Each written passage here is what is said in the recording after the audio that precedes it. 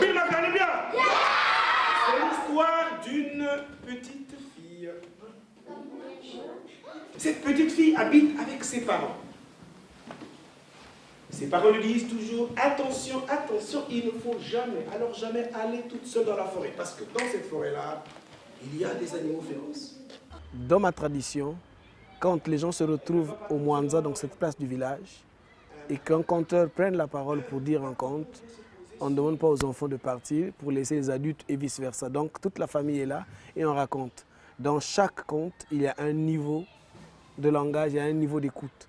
Même conte, c'est des contes pour adultes, mais les mots utilisés avec une poésie et des proverbes que tout le monde ne comprend pas.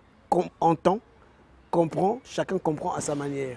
Donc là, s'il y a des enfants de 6 ans, c'est pour ça qu'il n'y a pas de limite d'âge. S'il y a des enfants de 5 ans, s'il y a des enfants de 3 ans qui viennent avec les parents, puis les enfants de 12 ans et les parents, on ne va pas dire, bon, les adultes, mettez-vous d'abord dehors. Donc on raconte une histoire, mais tout en tenant compte du public qui est là, pour que chacun comprenne, chacun voyage à travers l'imaginaire, à travers des astuces, à travers les regards, à travers des petits jeux qui feraient que tout le monde se sente concerné. Tout le public est là, public c'est tout public aujourd'hui, enfants comme adultes.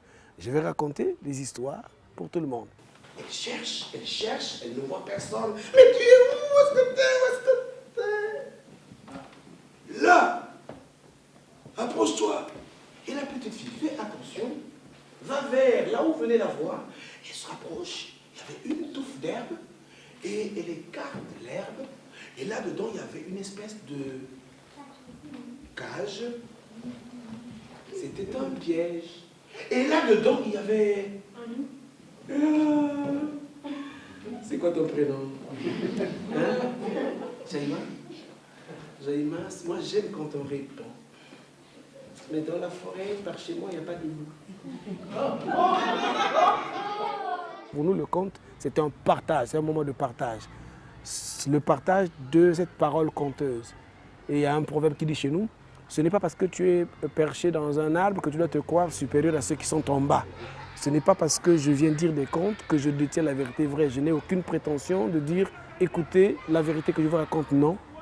Je viens pour partager cette parole et partager ces données et recevoir. Donc eux aussi me donnent le public parce que je récupère les mots des enfants, je récupère un sourire et parfois une réponse n'est pas correcte, mais je tords cette réponse. Oui. En fait, il aide à retrouver son chemin. Le crocodile l'aide à retrouver son chemin. Mais voilà quelqu'un qui réfléchit, mais qui répond quand même si ce n'est pas une bonne réponse. Oui. Ils se marient et ils ont beaucoup d'enfants. Ah d'accord. Bill McCann, bien.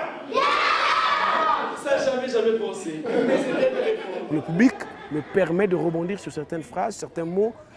L'énergie, on la partage ensemble. Un conte, quand on le met dans un livre, il est là comme un objet dans un musée. Mais c'est l'appropriation finalement de ce conte-là. Qu'est-ce que j'en fais? Je le rends vivant, comme vous dites. Donc, pour qu'il vive, donc je lui mets la respiration qui est mienne et la respiration du public. Et c'est tout ça mis ensemble qui permettent de lui donner une vie. Moi, je sais ce que je vais... au bord du fleuve Congo, c'est plusieurs contes dans ce répertoire-là. Mais comment ça va aller, quelle méandre ça va prendre, c'est le public qui va me le dire.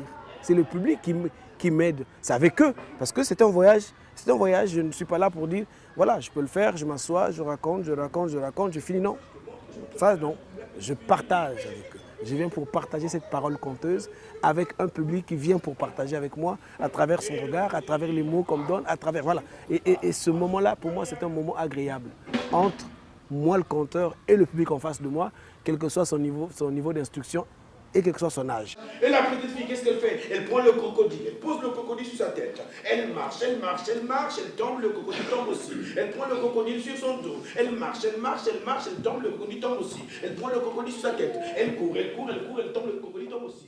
Le conte avait presque disparu ici. Autour des années 80, il y a eu un mouvement des conteurs français qui ont remis le conte. Et il y a des conteurs professionnels.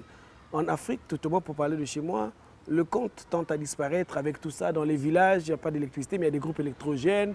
Et donc les gens sont là à regarder la télé et ne se parlent plus comme autrefois. Aujourd'hui, il faut continuer à partager cette parole conteuse qui tente à disparaître. Donc à travers les contes, c'est pour ça que je dis cet engouement des enfants qui sont là, le fait que si ça se passe bien pour eux, prochainement quand on va leur dire qu'il y a un spectacle de contes, ils vont revenir avec plaisir et bonheur.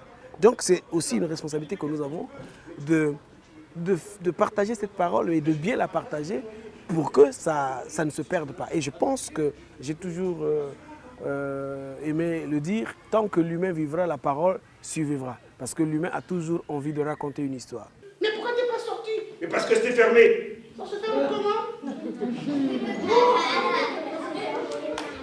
Et le crocodile de dire à la petite fille, montre-lui comment ça se ferme. La petite fille referme la porte. Et l'oiseau de dire, alors est-ce que tu peux sortir? Mais je peux pas parce que c'est fermé. Ah bon? Non. Oui. Non. Mais tu vas rester là.